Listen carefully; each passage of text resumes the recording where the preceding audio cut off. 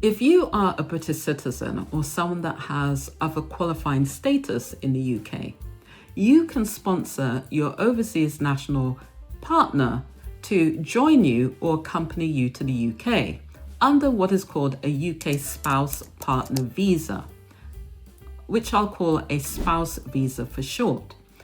But this visa category causes a lot of confusion and can lead to a refusal if the application is not properly prepared. And that means, at worst, the couple could not only lose money and time, but be separated for a protracted period, or if they are together overseas, be prevented from traveling to the UK together within the time that they may have set.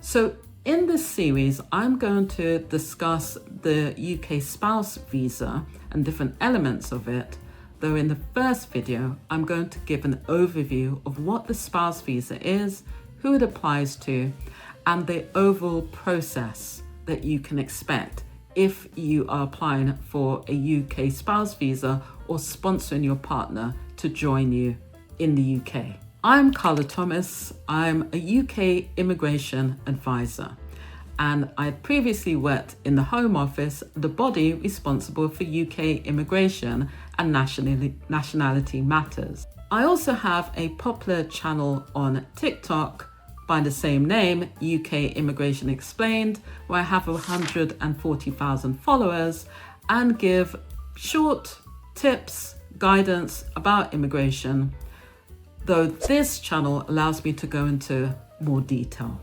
So first of all, who does the spouse visa apply to?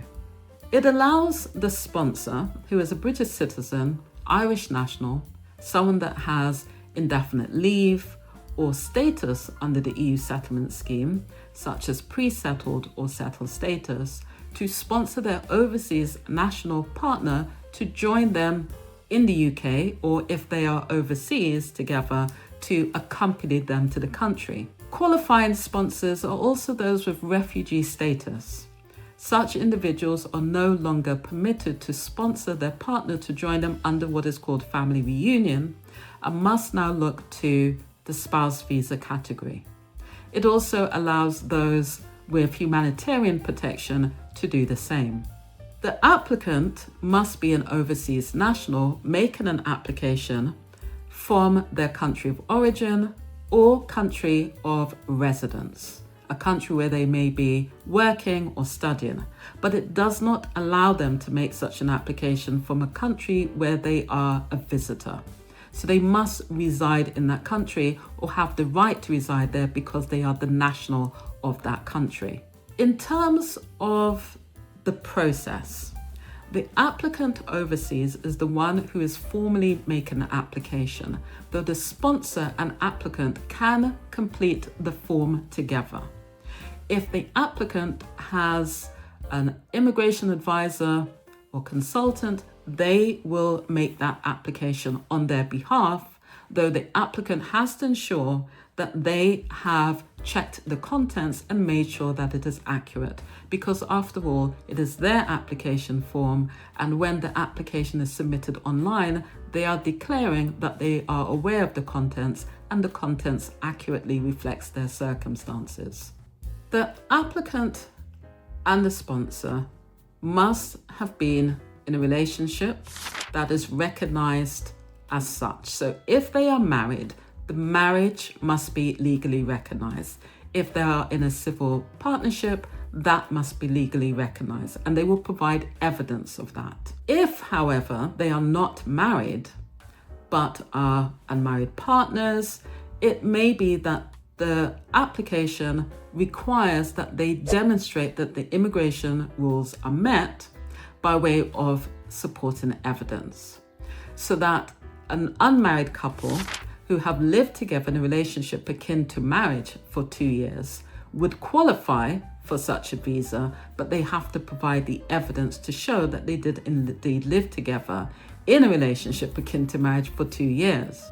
It is also possible that a couple could be in a relationship for that amount of time and not live together due to cultural observations or because of work or study commitments. And again, documentary evidence must be submitted. That is done within the application process, so that the applicant completes an application form online.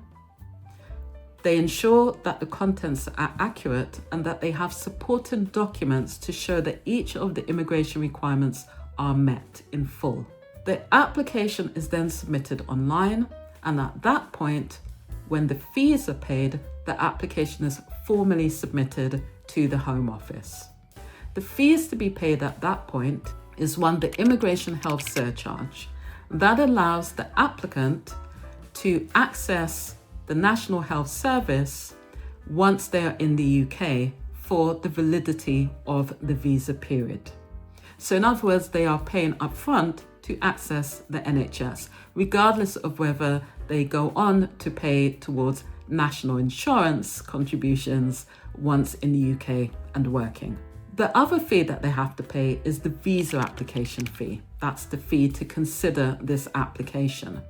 And regardless of the outcome, that fee will be retained by the Home Office, though if the application is refused, the immigration health surcharge will be returned to the applicant. The fee is paid, the application is now formally submitted.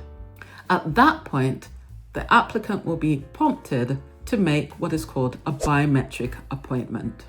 That is where they will provide their passport and biometric identifiers. That is their digital photograph and their fingerprints at a third-party visa application centre. The appointment cannot be booked until the application is formally submitted. Appointments last around 10 to 15 minutes because at that point, the visa application centre, on behalf of the Home Office, will retain the passport unless the applicant pays a premium to retain it during the processing of the application. And they will provide their biometric identifiers, and they can provide at the appointment their supporting documents to be scanned and uploaded by the visa application centre for consideration by the Home Office. Alternatively, the applicant themselves can upload the documents that they would like the Home Office to consider themselves via the visa application centre's portal. But they would have to ensure that those documents are uploaded before the biometric appointment takes place. If not, they have to take the physical documents to be scanned at the appointment, and sometimes some visa application centres will charge a small premium for that service. Once the appointment takes place, the documents are considered by the Home Office, and that is day one of the processing time.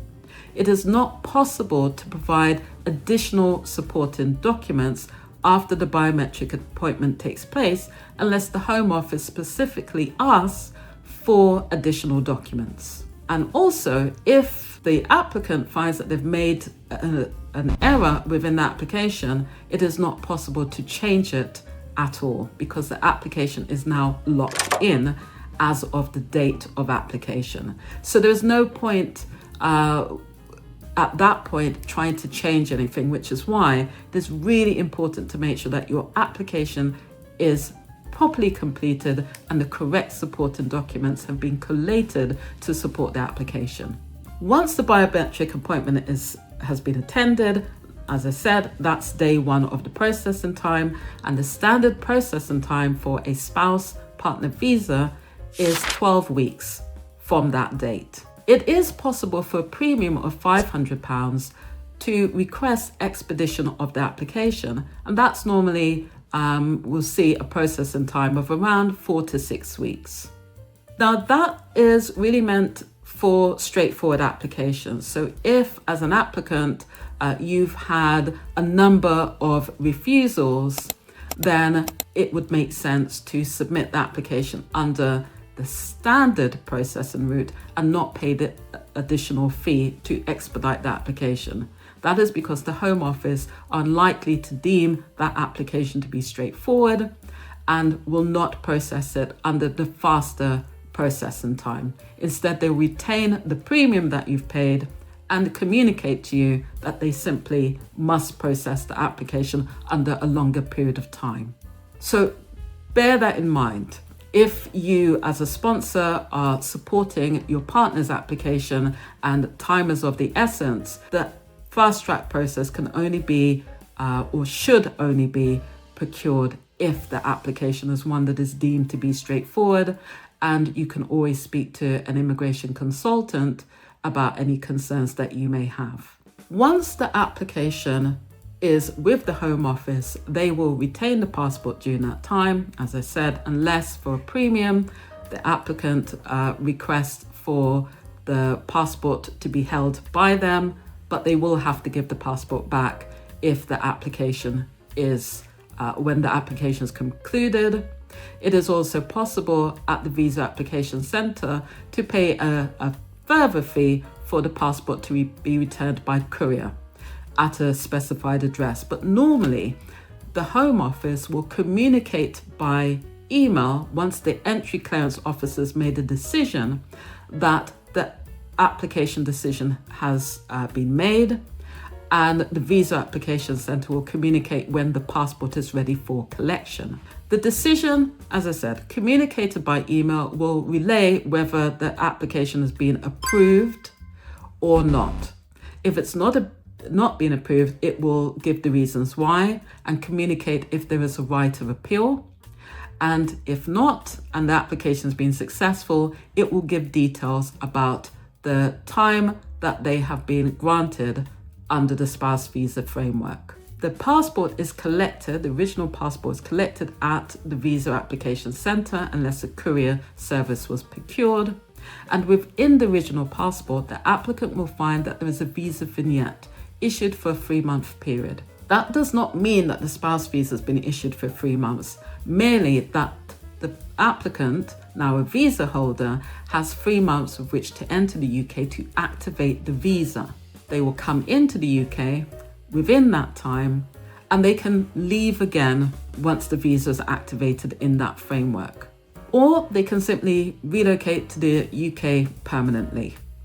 Once in the UK, they are encouraged to register or create what is called a UK Visas and Immigration account. So UK Visas and Immigration is the body in the Home Office responsible for these applications, and you must have a UK Visa and Immigration account, which allows you to then register for the digital status or e-visa to recognize that you are now a spouse visa holder. So that must be done. And then the visa holder is able to travel in and out of the country quite freely. If for any reason the now visa holder has been issued a spouse visa vignette in the passport for 3 months and hasn't activated it in that time, they will be required to pay an additional fee to have a new visa vignette placed in the passport. But assuming that they've traveled to the UK within that time to now join you as the sponsor, the spouse visa holder will have what is a fantastic visa that allows them to reside in the country for 2.5 years, during which time they are able to work, take up self-employment, study, or become a stay-at-home person. So they have a lot of access and a lot of freedom with this visa type, which is why it is a visa application that is really scrutinized properly to ensure that all of the visa categories are met, though you could say that for all application types in the UK anyway. So what happens next? As I said, the visa is issued for 2.5 years, and before the end of the visa, the spouse visa holder must apply to extend that visa if indeed they intend to do so and the requirements are met. So if the relationship is ongoing, they simply make a visa application to extend their time.